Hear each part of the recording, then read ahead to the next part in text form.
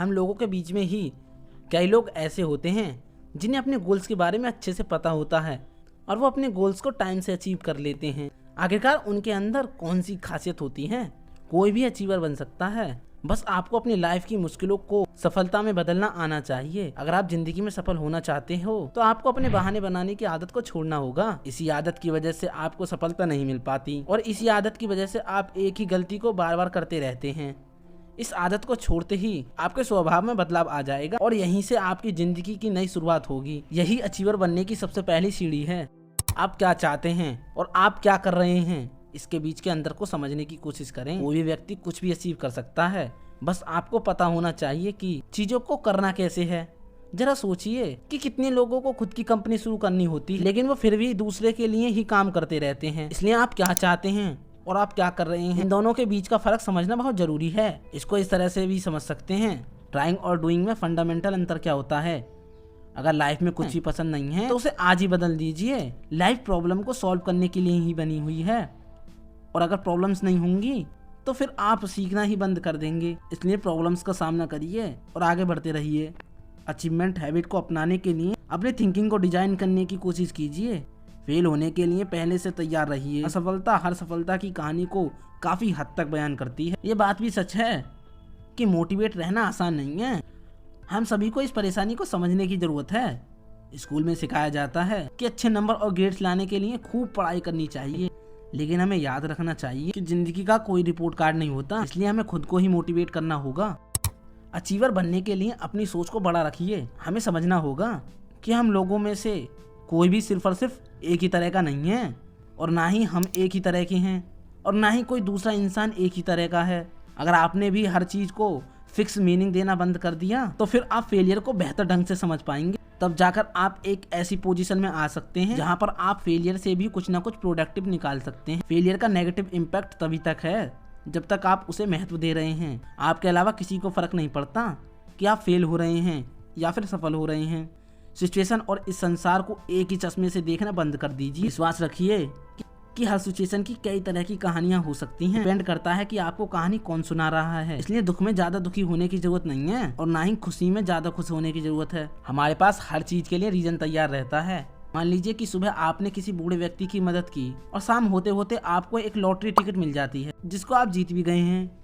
अब आप सोच रहे होंगे कि सुबह वाली घटना का यह परिणाम है, लेकिन आपको समझने की जरूरत है कि दोनों ही घटनाओं में कोई समानता नहीं है। आपको लाइफ को तर्क के साथ जीने की कोशिश करनी चाहिए। अगर आप मीटिंग में लेट हो जाते हैं तो इसके पीछे का कारण हर बार ट्रैफिक नहीं होता। इसलिए बहाना बनाना आज ही बंद कर दीजिए। इसके लिए आपको खुद की गलतियों को स्वीकार करना पड़ेगा। समस्या यह है कि बाहरी कारकों को दोष देना आपको स्ट्रिक्ट निर्णय लेने और उन्हें बदलने से रोकता है। किसी भी प्रॉब्लम को सॉल्व करने का सबसे अच्छा तरीका क्या है? लेखक कहते हैं कि किसी प्रॉब्लम से बाहर आने का बेस्ट तरीका यही है कि हम अपने नजरिए को बदलने की कोशिश करें। सबसे पहले आप अपनी समस्या को पहचानने की कोशिश करिए। किसी प्रॉब्लम का सॉल्यूशन ढूंढना दूसरा स्टेप है। सबसे पहले जरूरी है कि हम पहले स्टेप पर ध्यान देने की कोशिश करें। सॉल्यूशन की तलाश करने से पहले आप समस्या का रिफ्रेम भी कर सकते हैं। ऐसा करने से एक नए नजरिए का जन्म होता है। लेखक अपने एक दोस्त का किस्सा सुनाते हैं। उनके दोस्त को रात को नींद नहीं आती थी। लेखक के दोस्त ने इसका कारण उसका टूटा बेड बताया। लेखक ने कई बार अपने दोस्त के बेड की मरम्मत कराई लेकिन कोई फायदा नहीं हुआ। फिर लेखक ने अपने दोस्त से कहा कि आप खुद से पूछिए कि आप क्या चाहते हैं, क्योंकि आपकी नींद और इस बिस्तर का कोई लेना देना नहीं है। तब उनके दोस्त ने खुद से सवाल किया कि आखिर वो चाहते क्या हैं? क्या वो उसी बिस्तर पर सोना चाहते हैं या फिर उन्हें एक नए बेड की जरूरत है? इस तरह से उनके दोस्त ने अपनी समस्या को रिफ्रेम किया, जिसका जवाब उन्हें मिला कि वो एक नया बेड चाहते हैं।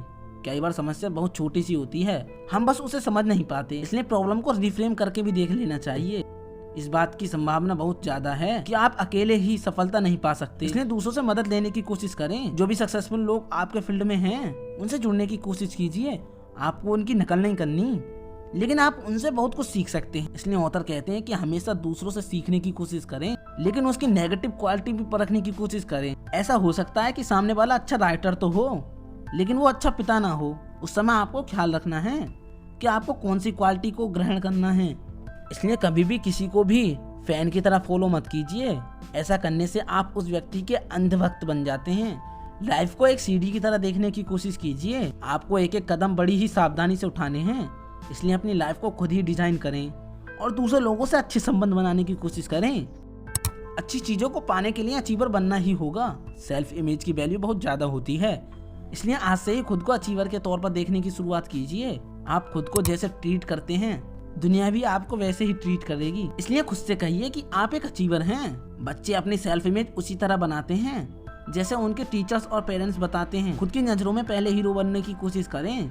सेल्फ इमेज की शक्ति बहुत ज्यादा होती है, लेकिन इसके साथ ये भी जरूरी है कि आपको पता हो कि आपका इंटेंशन क्या है। इसको जानने के लिए आपको खुद से ये सवाल पूछने होंगे, आप करना क्या चाहते हैं? अगर आज आपका आखिरी दिन हो तो आप क्या करेंगे? ऐसी कौन सी चीज है जिसे आप बिना पैसों के भी कर सकते हैं? इस तरह के सवालों से आपके दिमाग को क्लियरिटी मिलेगी। इससे पता चलेगा कि आखिर में आप करना क्या चाहते हैं।